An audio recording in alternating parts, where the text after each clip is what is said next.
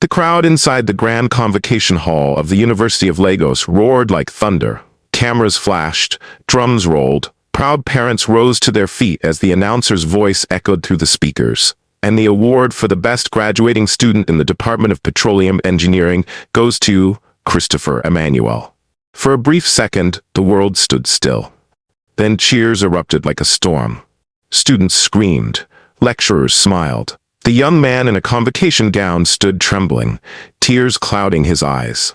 Once a barefoot bread hawker under the blazing sun, he is now celebrated as the brightest star of his set. But while the hall erupted in joy, far from the university, another sound filled the air in Yaba. By the roadside of Yaba Market, a middle-aged woman froze beside a small stall filled with loaves of bread, each neatly wrapped in transparent nylon. A tiny radio in her hand crackled with the same announcement. Her wrapper was loose, her eyes sunken, her fingers trembling. It was Madame Felicia, Christopher's stepmother. The same woman who once made him hawk bread under the sun, who mocked his tears, who said he would never become anything. Now, the name that rolled from the loudspeakers had struck her like lightning. Best graduating student, Christopher Emmanuel. The radio slipped from her hands and crashed to the floor. Neighbors turned. Madame Felicia, what is it? But she couldn't answer. Her knees gave way. Her heart pounded like a drum of shame. Because destiny had finally spoken, the boy she once sent into the streets to suffer was now the man whose name echoed through the city. And as the crowd inside the hall cheered louder, one question lingered in every heart. How did a poor hawker rise so high that even fate bowed in his name? If you're joining us for the first time, please take a moment to subscribe so you can explore more amazing stories with us. Before applause filled the convocation hall, before cameras captured the proud smile on Christopher Emmanuel's face, there was a boy, barefoot and forgotten, walking the crowded streets of Lagos with a tray of bread balanced on his head. He came from Yaba, a noisy neighborhood where the smell of kerosene, roasted corn, and diesel fumes mixed in the humid air. There was a daily battle between hope and hunger. Houses leaned against each other like tired men. Children fetched water from public taps. Mothers shouted prices in the market, their voices rising above the constant blare of Okada horns. In that chaos, Christopher grew thin and quiet, yet carried a fire in his heart that refused to die. His father, Mr. Emmanuel, had been a respected driver for an oil company. He was a man of discipline and dreams. But tragedy changes everything. When Christopher was only 10 years old, his mother fell sick with malaria that turned to something worse. Hospital visits became endless. The little savings they had vanished. One evening, she whispered her last words to her son, "My child, be kind, even when the world isn't kind to you." The next morning she was gone. Grief broke Mr. Emmanuel. In his loneliness, followed by advice from friends and family members, some years later, he remarried, a woman from across town known as Madame Felicia, sharp-tongued, ambitious, and cruel beneath her sweet smile. At first, she pretended to care, cooking warm meals and calling Christopher, "my son." But masks never last long. The moment her own children, Emeka and Stella, came into the world, the real Felicia appeared. Christopher became the shadow in his father's house, the one who ate last, slept on a mat near the kitchen, and bore the blame for every broken plate. When his father traveled out of Lagos for work, Madame Felicia ruled the home like a queen without mercy. Every morning, her voice tore through the compound. "Christopher, the sun is up. Carry your tray and go. Don't come back until you've sold everything." The boy would quietly pick up the wooden tray stacked with loaves of bread, tie a rag around his head to block the heat, and step into the streets. The journey from Yaba to Mushin was long. His slippers often wore thin before the month ended.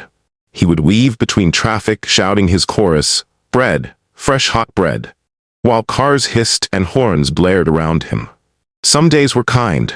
A smiling woman would buy 2 loaves, a taxi driver would give him small change to keep the balance. But most days were cruel. People ignored him, or chased him away, or laughed when he stumbled. Yet through it all, he never complained. He had learned early that silence was safer than tears. What Madame Felicia never knew was that Christopher carried a secret. Every evening after hawking, when other boys played football, he would sit by the corner shop where a small, flickering bulb hung. There, he borrowed old newspapers from a vendor and tried to read, whispering the words under his breath. He remembered how his late mother had once taught him letters using broken chalk on their wall. That memory, fragile as smoke, became his anchor. At home, life grew worse. Felicia's children wore neat uniforms and went to private school. Christopher's school fees were always forgotten. When he begged to return to class, she hissed, "Books won't fill your stomach. Learn to sell. That's your destiny." But deep inside, the boy refused to believe that suffering was his fate. Every night he looked through the window at the distant city lights and whispered to himself, "One day, I'll make it out of here." Sometimes destiny hides in the smallest choices. One scorching afternoon, after hours of hawking under the unforgiving sun, Christopher found himself near Mushin bus stop. The air smelled of petrol and roasted plantain. People moved quickly, chasing buses, bargaining over change. And there by the roadside sat a man wrapped in a caftan cloth, his hands trembling, his face pale with hunger. Christopher stopped. The man's eyes were half closed, his lips dry. In his tray lay only 3 loaves of bread, his last chance to escape a beating at home. Felicia had warned him that morning, "If you return with unsold bread, you'll sleep hungry." He stood there frozen, torn between fear and compassion. Something deep within him, maybe his mother's voice whispered, "Kindness is never wasted." He bent down and placed 1 loaf in the man's hands. The beggar lifted his face slowly. His eyes, though dim, carried an eerie brightness like light trapped behind clouds. He smiled faintly and said in a cracked voice, "The world may not see you now, my son, but heaven does." Christopher didn't understand those words, but something about them sent chills down his spine. He turned and walked away, unaware that he had just opened the first door of his destiny. That night, as the city lights flickered through his window, a strange calm settled in his heart. He had no idea that the small act of compassion on a burning afternoon had been witnessed, not just by man, but by something greater. For in the silence between his breath and the wind outside, destiny had whispered his name, and it would not be silent for long. The days that followed that scorching afternoon moved like shadows, heavy, uncertain, and full of whispers. In Lagos, rain fell without warning, drenching the earth and washing dust from the zinc rooftops, but no rain could wash away the hunger that ruled Christopher's world. Every morning he still rose before dawn, his eyes swollen from little sleep, his hands trembling as he balanced his tray. But something inside him had changed. Ever since he gave that loaf of bread to the trembling beggar, his dreams had become strange. At night he often saw flashes, a figure standing at the roadside bathed in soft golden light, whispering his name, "Christopher, don't stop walking." He would wake up sweating, his heart pounding. He tried to tell himself it was just exhaustion, the effect of hunger. But the dreams kept returning. Meanwhile, Madame Felicia's cruelty grew bolder. Some nights, when he returned home late, she would drag him into the open yard, slap him across the face, and shout for all the neighbors to hear, "You useless boy! How can you sell only 8 loaves in a whole day? Do you think life is a game?" Her words stung deeper than her hands, but Christopher swallowed his tears. He had learned that pain was easier to bear in silence. His father, Mr. Emmanuel, now worked night shifts at the oil company depot and came home exhausted. Felicia always met him at the door with smiles and lies. "Your son is lazy, my husband. He eats from your pocket but refuses to work hard." And the tired man, blinded by trust, believed her. So Christopher carried his burden alone. Yet destiny, quiet but steady, was at work. One hot afternoon, as he trekked along the busy Mushin road, someone called out from a passing car. "Christopher, is that really you?" He turned. A young man stepped out of a neat sedan, clean shoes, polished wristwatch, a university tag hanging from his neck. It was Tunde, his old classmate from secondary school back then in Yaba. For a moment, shame burned Christopher's skin. He wanted to hide his tray, but Tunde smiled warmly and walked up to him. "I almost didn't recognize you." "My God, how long has it been?" Christopher forced a weak smile. "Since secondary school days, I think." Tunde's eyes dimmed with sadness. "You were one of the smartest among us. What happened?" Christopher looked away, pretending to rearrange his bread. "Life happened," he muttered. Tunde was silent for a while. Then he said softly, "You know, I got admission into the University of Lagos. I'm studying mechanical engineering now. If you ever want to return to school, I can help you. You shouldn't be on these streets forever." The words struck Christopher like lightning, sharp, painful, and filled with impossible hope. He nodded, unable to speak. That night, he lay on his mat, staring at the leaking ceiling, replaying Tunde's words over and over. For the first time in years, he felt the stir of something he had forgotten. Possibility. A week later, true to his promise, Tunde returned. He brought a small envelope sealed with tape. "There's some money here," he whispered. "It's not much, but enough to buy the admission form. Don't tell anyone." Christopher's hands trembled as he took them. He felt tears prick his eyes. "Tunde? I?" But Tunde stopped him with a smile. "No need for words. Just promise me one thing. Don't stop dreaming. You will achieve the success you desired." For days, Christopher hid the envelope under his thin mattress. He used it to secretly buy a university admission form at a coaching center. He filled it with shaking hands, praying Madame Felicia would never find out. But fate has its own ways of testing courage. One evening, while he fetched water from the neighborhood borehole, Felicia entered his room, searching for money he had hidden. When she lifted the mattress, the envelope slid out. Inside, she found the admission receipt. Her scream echoed through the compound like a siren. "Christopher!" He dropped the bucket and ran inside, his heart pounding. Felicia's eyes blazed like fire. "So this is what you've been hiding from me? You think you can waste my husband's money on school nonsense?" Before he could speak, she tore the receipt into pieces and flung them at his face. "This is your place," she hissed, pointing at the tray by the door. "Bread and dust. That's all you'll ever know." The neighbors gathered quietly, peeking through their windows. They had seen this drama too many times, but this night, the air felt different, heavier. As Felicia stormed out, muttering curses, Christopher knelt and gathered the torn pieces. His chest ached, but his eyes were dry. He whispered, "You can tear paper, but you can't tear my destiny." That night, he didn't sleep. He sat outside watching the moon rise slowly, and for the first time, he spoke aloud to the night. "God, if you're real, help me. I've done all I can. Help me find a way out of this suffering." A soft wind brushed his face. Somewhere in the distance, a dog barked, then silence. The next morning, when he stepped outside, he found something strange on the doorstep. A folded sheet of paper wrapped in nylon to protect it from rain. Inside was another admission form, untouched, brand new. His heart pounded. There was no name, no note, no sign of who left it. He looked around, only the rusted gate and a lone crow perched on the fence. The wind blew again, carrying the faint smell of bread from the nearby bakery. Christopher's hands shook as he clutched the form. Who could have left this? Tunde? Or was it something else? That day he filled the form again, this time hiding it behind the cracked wall behind the house. He kept his secret safe. Weeks passed. The admission list came out. Christopher's name was on it. Emmanuel Christopher, Department of Petroleum Engineering. He could hardly believe it, but his joy was bittersweet. How could he tell his father? Felicia would twist it, turn it, destroy it again. So he did the unthinkable. He began to live two lives. Every morning, he left the house with his bread tray pretending to go hawking. But halfway down the road, he would hide the tray behind a shop near the bus stop, wash his hands at the public tap, and rush to campus with borrowed notebooks. There he sat quietly in class, absorbing every word, every equation, every dream. He studied under trees, in cafeterias, sometimes on an empty stomach. At night, he returned home pretending to be tired from hawking. Madame Felicia never suspected a thing. But destiny doesn't move without signs. One Friday afternoon, as he left class, heavy rain began to fall. He rushed to the bus stop, holding his worn bag over his head. Suddenly, lightning flashed, and for a brief moment, he saw someone standing across the road, the same old beggar from the Mushin bus stop. The man was watching him, smiling faintly under the storm. When the next flash came, the figure was gone. Christopher's heart raced. Was it real? Or was the rain playing tricks on him? He didn't know.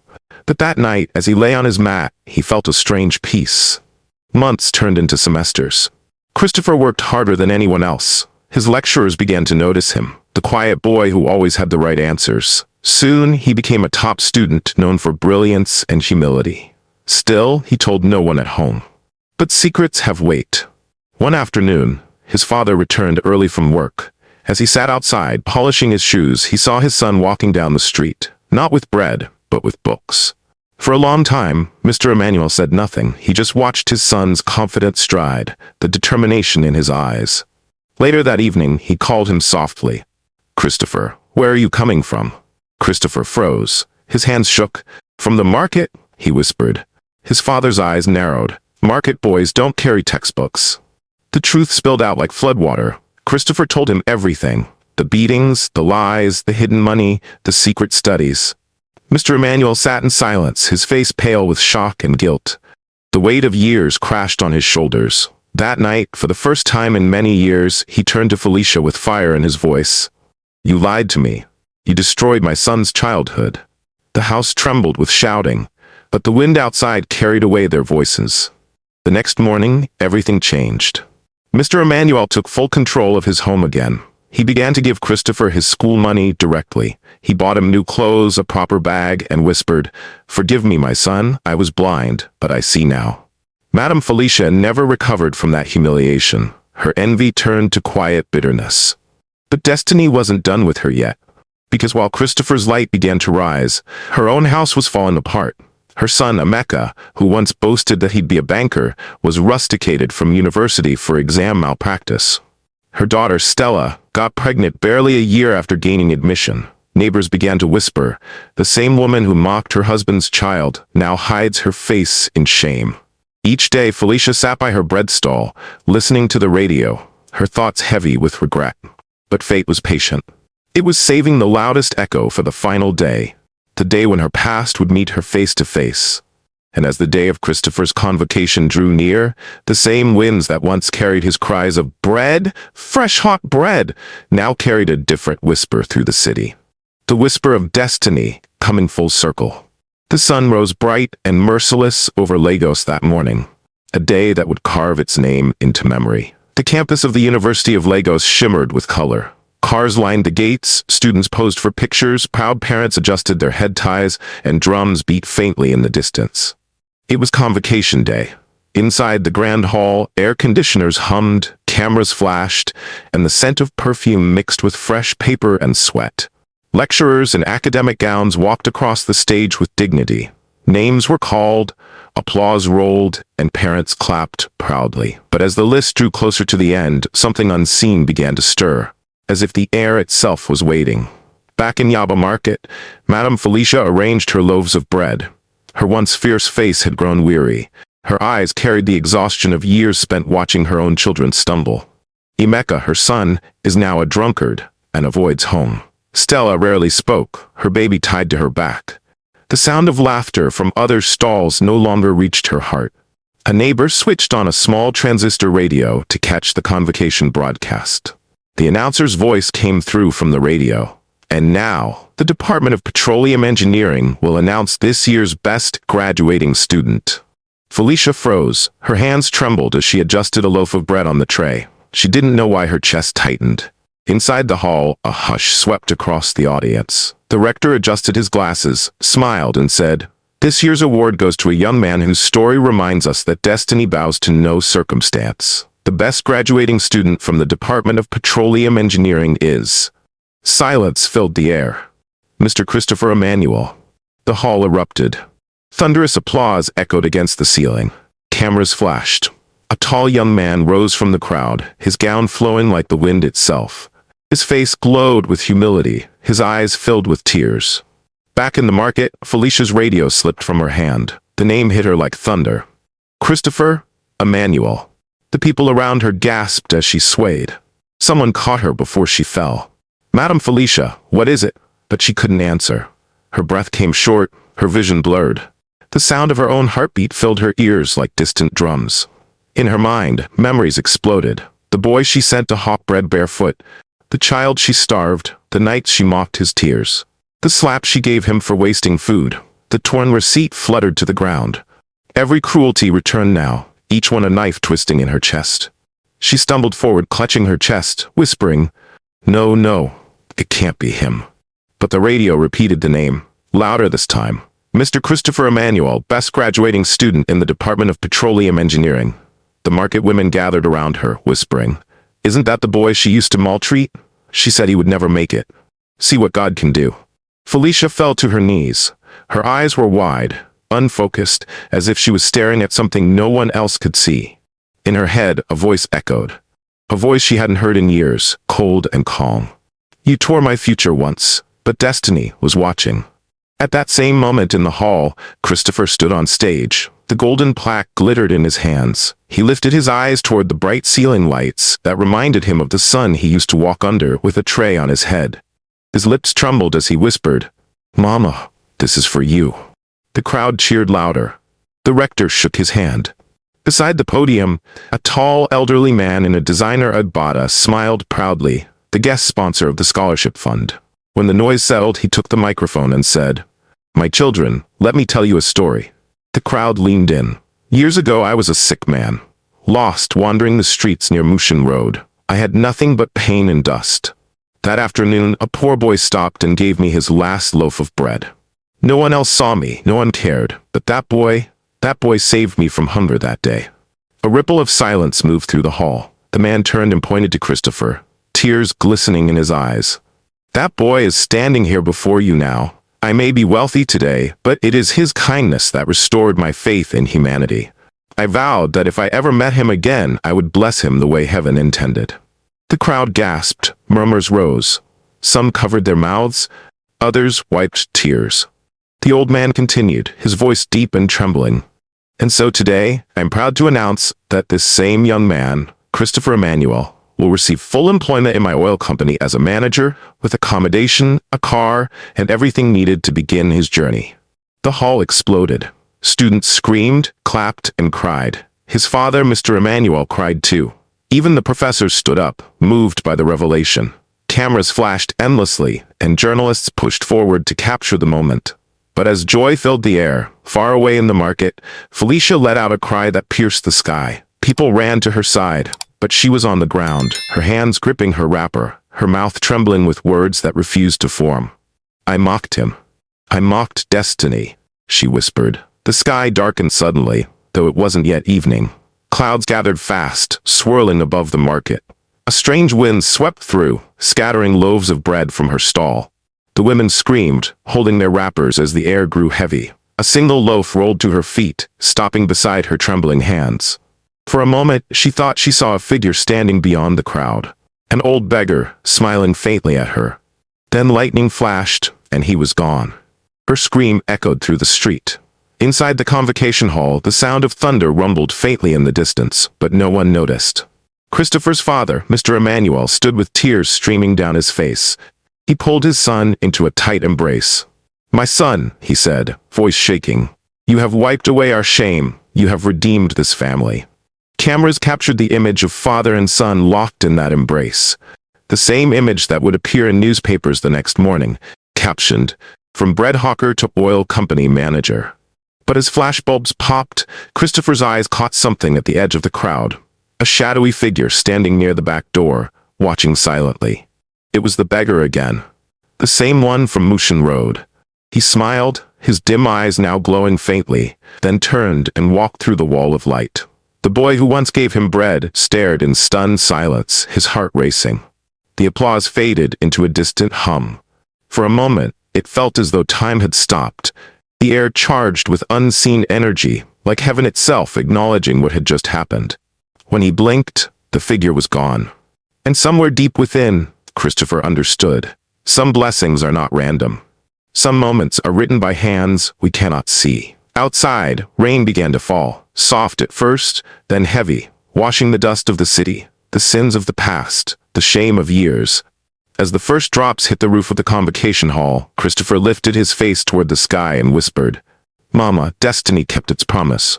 But miles away, Madame Felicia sat drenched in the rain, her bread scattered, her tears mixing with the storm. Each drop that touched her face felt like the echo of every cruel word she had ever spoken. The radio beside her crackled one last time before dying in the flood. And as thunder rolled across the sky, a haunting whisper seemed to float through the air. Soft but clear enough for her to hear. "You cannot bury what heaven has chosen to rise." The wind howled. The market grew silent. Felicia looked up, her eyes wide, her lips trembling as lightning carved the clouds above her. Was it just the storm? Or had the spirit of destiny come to collect what it was owed? The rain that began during the convocation lasted long into the evening, washing the dust from the city's skin. Streets that once echoed with the cries of hawkers now shimmered under flickering streetlights. Inside the university auditorium, the celebration had ended. Yet the story of the boy who rose from hawking bread to becoming a manager was already spreading like wildfire. Students whispered it in corridors. Parents repeated it in awe. Even the security men at the gate spoke his name with pride. But far from the bright campus, in a lonely corner of Yaba Market, the night told a different story. Madame Felicia sat on a stool beside her half-empty stall, her wrapper soaked from the rain, her eyes hollow. The radio that once played her favorite gospel songs now lay silent in a puddle of water. Her bread, scattered by the storm, floated like tiny boats drifting away from her reach. Around her, the market women cleaned up and packed their goods. Some whispered when they saw her, and others shook their heads. None dared to mock her. Misery was already doing the job. Felicia sat still, staring into the distance, the weight of shame pressing on her like a stone. She could still hear the announcer's voice echoing in her mind. Best graduating student, Mr. Christopher Emmanuel. The name she had tried to erase had become the name the whole city now celebrated. When she finally rose to her feet, her knees wobbled. She looked toward the sky, her lips trembling. God, she whispered, I fought the wrong battle. I thought I was punishing him, but I was only destroying myself. The following week, Christopher returned home for the first time since graduation. His father had cleaned the compound and decorated the entrance and a canopy. The neighbors gathered to welcome the young man they now called the pride of Yaba. Children ran behind the car as it pulled into the narrow street. When Christopher stepped out, wearing a simple white shirt and dark trousers, silence fell. Everyone stared. The same boy who once shouted, "Bread, fresh hot bread," in the sun was now the picture of grace and success. Mr. Emmanuel rushed forward, tears already in his eyes, and hugged his son tightly. "My son, you have restored my name." Christopher smiled faintly, his voice humble. "Papa, I only walked the road Mama told me to walk." Then came the moment no one expected. From behind, near the gate, a frail voice called his name. "Christopher." He turned. Madame Felicia stood there, her head bowed, her wrapper tied loosely around her shoulders. She looked smaller than he remembered, not the fierce woman who once ruled the house with insults, but a broken shadow of her past self. Her lips quivered as she whispered, "My son, forgive me." The crowd went quiet. Even the wind seemed to pause. For a long moment, Christopher said nothing. His eyes searched her face, seeing both the monster of his past and the wounded woman standing before him. Finally, he stepped forward and gently placed his hand on her shoulder. "I forgave you a long time ago, Mama," he said softly, "because bitterness would only keep me where you left me." Felicia broke down, weeping uncontrollably. The neighbors looked on, some nodding, some wiping their own tears. Christopher helped her sit on a chair. "You taught me pain," he continued, "but pain taught me purpose. Without you, I may never have met destiny." The words were gentle, but they carried the weight of wisdom. Felicia lifted her face and whispered, "May heaven bless you for the heart I never had." Later that evening, as twilight painted the sky in gold and violet, Christopher sat outside watching the children play in the compound. His father joined him quietly. "Your story," Mr. Emmanuel said, "will teach generations that destiny may bend, but it never breaks." Christopher smiled. "Mama used to say, a good deed is a seed. It may take a long time to grow, but when it blooms, even the wicked will kneel to admire it." His father nodded slowly, his eyes glistening. "And that beggar you helped, do you think you'll ever see him again?" Christopher looked up at the sky where stars had begun to appear. "I already did," he said softly, "but not in the way you think." His father turned to him puzzled, but Christopher said nothing more. Somewhere deep in his heart, he knew that the mysterious old man, the one who had blessed him with those glowing eyes, was no ordinary beggar. Maybe he was an angel. Maybe he was the spirit of destiny itself, testing the heart of a young boy to see if kindness could still survive poverty. Whatever he was, Christopher knew one truth. Some visitors wear rags to see who still has a heart. That night, the wind was calm. The moon rose high, bathing the compound in silver light. From afar, the faint sound of drums and laughter drifted through the streets. Life moving forward, as it always does. In the days that followed, people came from nearby neighborhoods to greet the Emmanuel family. Some brought gifts, others came just to see the young man whose story had traveled across radio stations and church pulpits. Pastors used him as a sermon illustration. Mothers told their children, Be kind, even when no one sees you. God is watching, just like he watched Christopher. Madame Felicia, now quieter and humbler, closed her stall for a while. She started attending fellowship again, often seen sweeping the church compound in silence. When asked why, she would smile faintly and say, "Because I once swept away my blessings, but mercy found me again." Months later, Christopher began his new job at the oil company, the same one owned by the old beggar-turned-businessman. His first salary was not spent on luxury. He used it to renovate his father's house, buy new uniforms for children in his neighborhood, and donate loaves of bread to orphaned kids. He never forgot where he came from, nor the road that carried him there. And sometimes when the evening sun sank low and the air smelled faintly of rain, he would stand outside, close his eyes, and whisper, "Thank you, Destiny. You never stopped watching." The story of Christopher Emmanuel spread beyond Lagos, told by traders, teachers, preachers, and parents who saw in it the eternal law of life, that kindness is never wasted, and destiny delays only to test our patience. Even today, people in his old neighborhood say that whenever the rain falls on a hot afternoon, a faint figure of a boy with a tray of bread can be seen walking across Mushin Road. Not begging, not selling, but smiling, as if reminding the world that the smallest act of goodness can open doors no key can unlock. Because in Africa, we believe that the universe has eyes, that every good deed is recorded in the wind, and every cruelty echoes in the thunder. So when you see the hungry, the poor, or the forgotten, remember this story. Remember that the bread you give today might feed your own destiny tomorrow. And as you sleep tonight, ask yourself one question. When destiny passes by your gate, will it find kindness waiting, or cruelty to remember?